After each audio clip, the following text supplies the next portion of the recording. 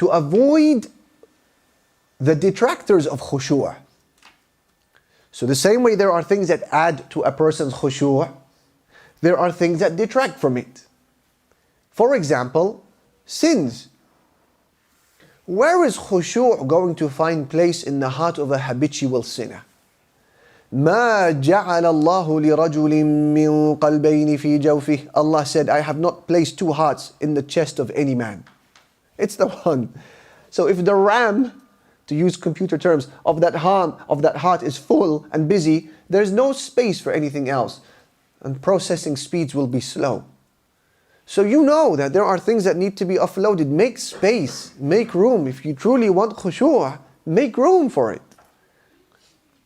Offload some of those sins. Offload what you are inhaling. Offload the haram transaction. Offload what you are observing when no one is observing you, or so you thought.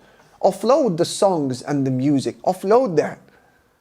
And allow space for khushu' to come into your heart. So that's a detractor of khushu'. Excessive movement, excessive fidgeting, especially in salah, that detracts from khushu'. That's not the behavior of someone who is khashia'. Remember the two components?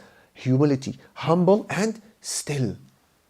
The one who's moving and playing with his beard and itching his eyebrow and playing with his skin and thinking, is that a whitehead or is that just a crusty bit on my face? That's not a person who is in khushu'. Minimize it.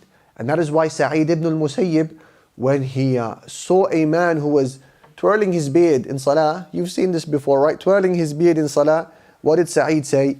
He said, لَوْ خَشَعَ قَلْبُهُ لَخَشَعَتْ جَوَارِحُهُ. He said, if the heart of this man had experienced khushu', his limbs would have followed in khushu' as well.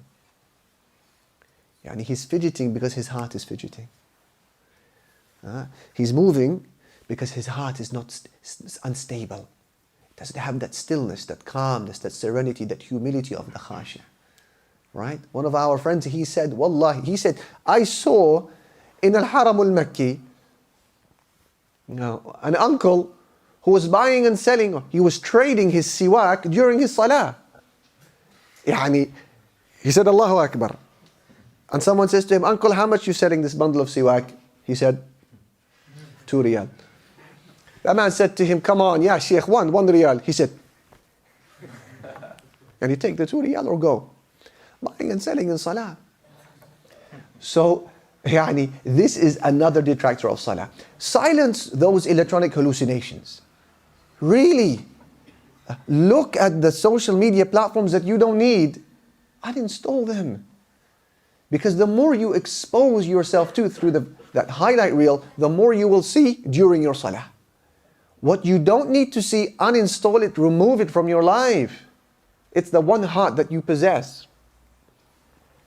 There's no point putting your phone on the ground thinking that you've done your Lord a favor if it's facing up. And you're there praying and then you see the idea of the one who's calling you. And you're thinking, what makes her call at this time of the day? Right? Minimally turn on the other side. Again, if you want to put your phone in your pocket, there's no point putting it on vibration.